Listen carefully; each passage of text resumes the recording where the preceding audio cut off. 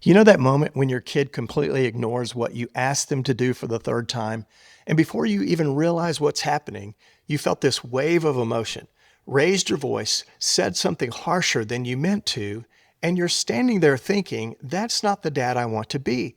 That's not how I want to relate to my kid. Dr. Dan Siegel, a clinical psychologist who studies the brain, explains that during stressful parenting moments, we may quote unquote lose it or flip our lid and let our feelings control our reactions. When we get triggered, we literally lose access to the thinking parts of our brain. We have difficulty reasoning clearly and being attentive to the people around us. We're unable to be thoughtful in our responses and have trouble staying focused, and our ability to solve problems is diminished. Now, depending on your childhood experiences and memories, your stress response may be triggered more easily than another person, or may be triggered by something completely different than others. Today, I want to talk to you about the difference between being a mindful father and a reactive father, because when we don't reflect, we react. And our reactions, especially when we're parenting from wounds instead of wisdom, can do real damage. The thing to remember is that we don't have to be a victim of or be controlled by our emotions. Most dads are parenting on autopilot. They're reacting from patterns they haven't examined, triggers they don't understand, and wounds they've never dealt with. They're simply not self-aware. It's understandable. Life is crazy, busy. The whole current of our culture pushes back against a life of self-reflection. But it really doesn't have to be that way. The most courageous thing you can do is to live according to your values, and it's absolutely possible. In Psalm 23, David says, "The Lord is my shepherd, I shall not want. He makes me to lie down in green pastures. He leads me beside still waters. He restores my soul." David is describing a life of contentment, peace, reflection, restoration, a life that's possible even today. Truth, it's a choice. So, Dad, how will you choose to live?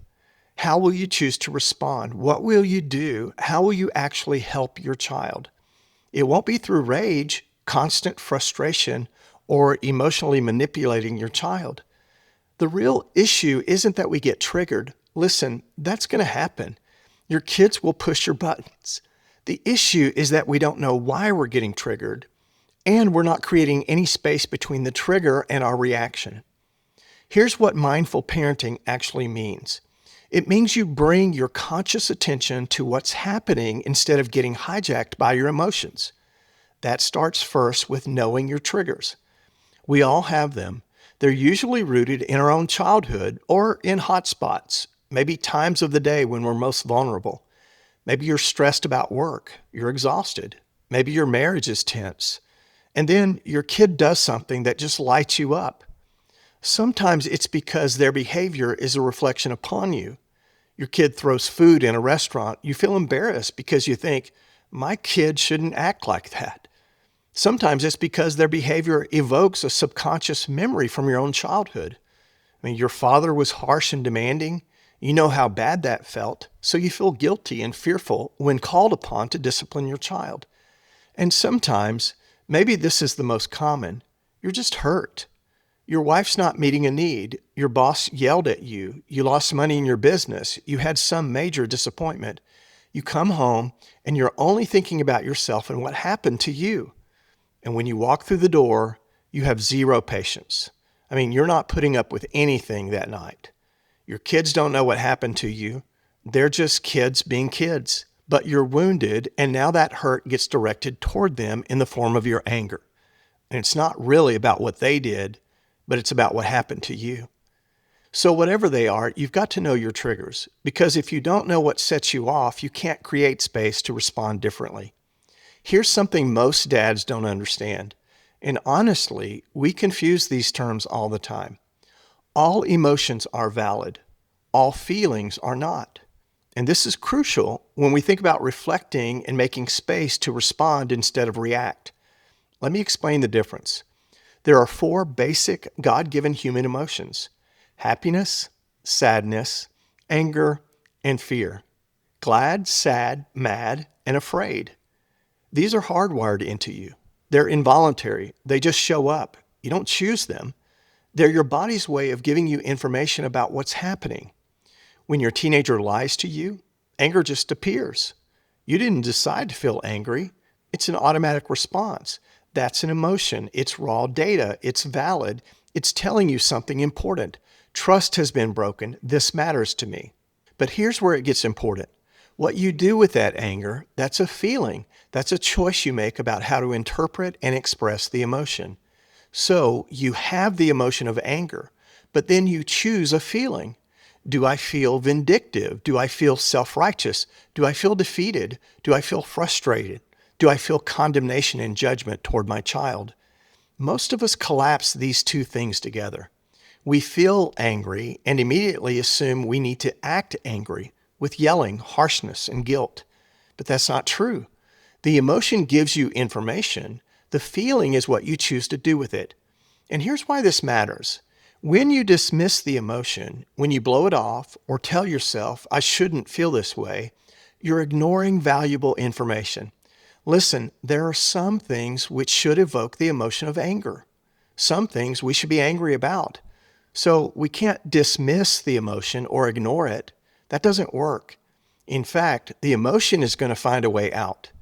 Maybe you stuff it down and it becomes bitterness or resentment. Or maybe it explodes later over something small. Maybe it leaks out as passive aggression. Don't dismiss it. The emotion is valid, but you get to choose what to do with it. Now, hang with me. Remember, this podcast is for thinking dads. This is graduate level fatherhood. Let me show you what I mean when I say emotions are valid, but can go unfelt, dismissed, or repressed, and that's not good. Or they may be taken to extremes, run their own path, and that's not good either. Remember, 4 valid human emotions. Let's look at them. First, anger. Anger in its extreme is destructive, out of control. Rage. But unfelt anger, dismissed or repressed anger, that becomes passivity or indifference, or it goes underground and becomes passive aggression. Neither extreme is good. Healthy anger says, this matters, this is wrong, something needs to change. Next, fear. Fear in its extreme is constant fright, anxiety, paralysis. You won't even take logical risk. Extreme fear debilitates you. But unfelt fear, that's recklessness. That's dangerous. It's risk-taking that can harm you and others. Next, happiness. Happiness in its extreme becomes pleasure-seeking, hedonism, living only for your own selfish happiness. But unfelt happiness, that's discontent, joylessness, bleakness. I've known people who can't be happy about anything. Healthy happiness is gratitude. It's delight in what's good in life. And then finally, sadness. Sadness in its extreme is depression. You just can't function. But unfelt sadness, that becomes emotional numbness, denial. When we refuse to grieve what needs to be grieved, we become hard-hearted, unsympathetic to ourselves and others. And when something finally breaks through, a tragedy, a hurt, we shatter. Healthy sadness allows us to process loss, to honor what mattered, and to heal. So your teenager lies to you. That causes you anger. The emotion of anger is valid. But now you get to choose. What feeling am I going to act on? Am I going to choose rage? How dare you, after everything I've done for you? Or am I going to choose wisdom? I'm angry with you because lying breaks trust, and I trusted you. I know you're capable of more. I love you too much to let this slide. Same emotion, different feeling, different action, different outcome. Here's where everything changes. It's been said to learn from your own mistakes is good, but to learn from someone else's is genius. It took me a while to get here on this need to know my triggers, my feelings, my choice of actions. But I'm so glad I finally did. So be a genius and learn from my mistakes. Here's, I think, one of the most important skills you can develop as a father, and it will set you apart from other dads and bless your children. Determined to. Decide now to make yourself pause before responding. When you feel that emotion rising, when you notice your heart rate going up, your jaw tightening, your voice getting louder, that's your signal. You're getting triggered. And in that moment, you have a choice. You can flip your lid and react, or you can pause. I'm talking about 3 seconds. Take a breath. Notice what's happening in your body. Feel the emotion as a wave coming and going. Don't block it. Don't judge it. Don't cling to it. Just notice it. And then remember, you can choose how to act from it. In that pause, you validate the emotion. I'm angry right now. That's real. That's valid. And then you ask, what is this anger telling me? What do I value that's been violated? And in that space, you can remind yourself, my child is still learning. They're going to act like a child, but I don't have to act like one too. And here's what's powerful. When we're able to pause, when we sit with the emotion without fueling it, we model emotional regulation for our kids. They're watching. They're learning that grown-ups don't have to be controlled by their emotions. It doesn't mean you don't get angry.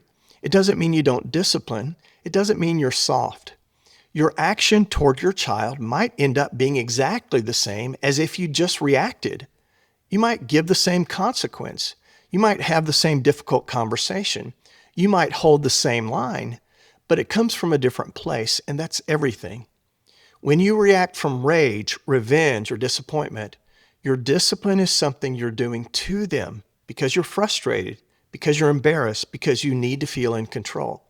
But when you respond from a secure place, after validating the emotion and choosing how to express it, your discipline is something you're doing for them because you love them, because you're helping them grow, because you want what's best for them. And your kids, they know the difference. They feel it. This is what I call emotional memory. They might not consciously understand it, but deep down, cumulatively, over time, they sense the difference. Man, Dad was tough on me last night, but he loves me and wants what's best. Or they walk away feeling, Dad got crazy. He lost it. He was taking something out on me. When you pause, reflect, and choose a response rather than a reaction, it's different. Different motivation, different emotional memory for your child. Let me insert a comment here. Depending upon the offense, who your child is, and the circumstance, you may raise your voice some. Nothing wrong with that. You may speak sternly and strongly. Depending upon the offense, nothing wrong with that.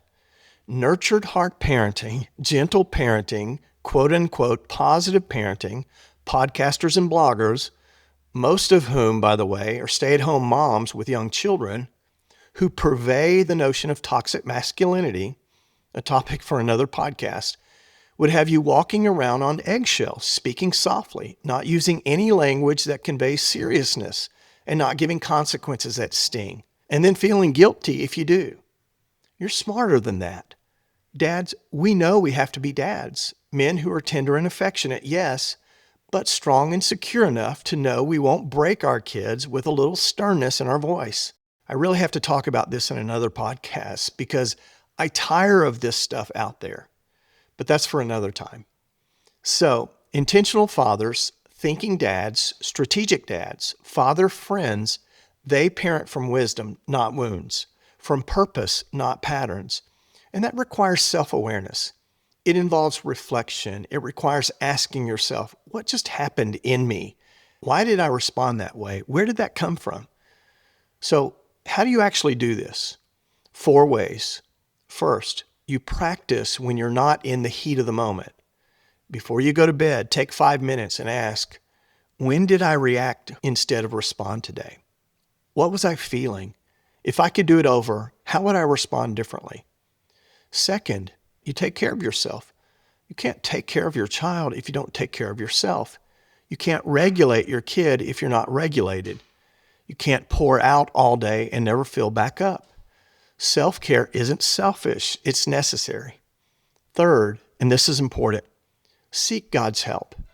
As you take time for yourself, as you pray and meditate and reflect, make this portion of Psalm 139 your prayer, where David prays, search me, O God, and know my heart. Test me and know my anxious thoughts. See if there's any offensive way in me, and lead me in the way everlasting. Ask God to help you know yourself, to show you those triggers, and then to give you the power to be, as David says, led in the way everlasting, meaning to live the way God wants you to live, love and lead your children. And fourth, when you mess up, when you go over the line, yell too much, shame, you've got to apologize. It's so important. You say to your kid, I'm sorry I got so angry at you. I was frustrated, but that wasn't the right way to handle it. I'm still learning too. Will you forgive me? That's not a sign of weakness. It's a sign of leadership. It's a sign you're human. Then you try to commit to yourself to stay in control next time. Because mindful parenting isn't about being perfect. It's about being present. It's about being aware. It's about making a different choice, and you won't do it perfectly all the time, but you'll seek to learn to do it more and more. Let me close by telling you a story about a friend of ours. She was and is a great mom, but when her oldest daughter was a teenager, she would disobey and they clashed. Lots of raised voices, at times yelling, arguing, anger, and judgments back and forth, and the daughter stubbornly would not give in, and neither would her mom. They're on the other side of it now and can joke about it, but her husband said, like, it happened a lot. Just to illustrate the kind of comments they had, and you with teens can relate to this, one time the mom said to her daughter, you just can't walk away without saying the last word, can you? And her daughter paused and said, why? Man, teenagers. Finally, this mom saw the futility of her approach. It wasn't working. Things were going nowhere. She decided she would step back, extract herself from the situation, even leave the room if necessary. This mom would pause, validate her own emotion. I'm so angry at her right now. And then calmly go back and communicate. Okay, enough back and forth. You disobeyed. I love you. I want the best for you. And here's the consequence of your action.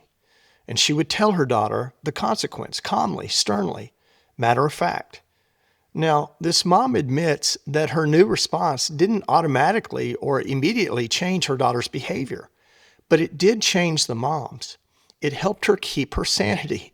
It helped her be secure in the consequence. It helped her endure the teenage years. It helped her not feel regret. It helped her communicate love to her daughter, even in the midst of the consequences.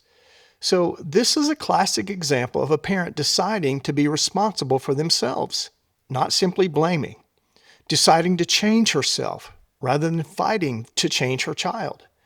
And at the same time, not be a permissive parent where misbehavior is overlooked. It's also a great example of how to process valid emotions. What about their relationship now? Well, her daughter's out of school and recently married. They're very close and connected. Her daughter calls her mom her best friend. And that's the cumulative effect we're talking about.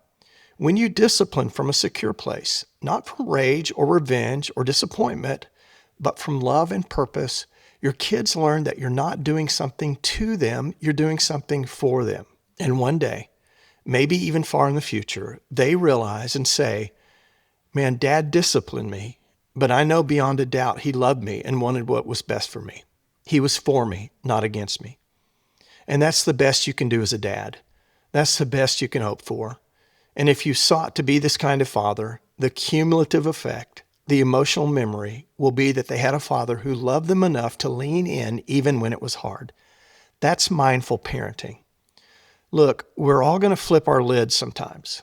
We're human. But here's what changes everything. When you pause, when you validate your emotion, when you choose the feeling and respond from wisdom, you become the dad you want to be. Not perfect, but mindful, not reacting from feelings, but responding from wisdom. So this week, practice the pause. When you feel triggered, take 3 seconds, take 10 seconds, take 5 or 10 minutes. Validate what you're feeling and then choose how you respond. That's how you become an intentional father, one mindful moment at a time. Hey, just a couple of things as I close. First, I have a free ebook I'd love to give you. Today, we talked about busyness and distractions that keep us from self-awareness, that end up giving our kids only our leftovers. You know, in a recent survey, 67% of dads worry they're missing special moments. 78% wish they had more time with their kids. 40% admit they've already missed at least one important milestone. Dad, don't be that guy. There is a different way to live. It's possible. but you're not going to stumble into it. You've got to be intentional. So I've created a guide on time management. It contains the proven strategies to keep first things first. Included are time management worksheets to help you apply what you learned. As a bonus, you'll also receive our Father Friend Focus delivered straight to your email inbox every month that includes exclusive content available only to subscribers. All you need to do is sign up, and we'll send you the ebook. Go to fatherfriend.net, look at the top of the homepage, and you'll see the link. Or you can sign up by sending me an email at mikea@fatherfriend.net. Also, if this podcast helped you, there are 3 ways you can return the favor and help us here at Father Friend and help other dads. First, subscribe to the podcast. That way, every week it shows up in your feed and it helps build this resource. Second, share it with another dad who's also trying to show up well. Give them the opportunity to hear this podcast, learn about intentional fathering and what we're doing here at Father Friend. Third, if you want a more holistic, permanent approach to fatherhood, rather than just piece by piece, check out my Intentional Fatherhood course under the Resources tab at fatherfriend.net. Most dads don't need more hacks. They need a system. They need a framework for the long race of fatherhood, a long-term strategy that actually works so they can stop winging it. This course is it. It's called The Essentials, and it's a 2-hour video course that gives you the tools for a lifetime of connection with your kids. Because fatherhood isn't something to guess your way through. You can't do it well by accident. So I hope you check out the course. So remember, practice the pause, validate the emotion, choose the response.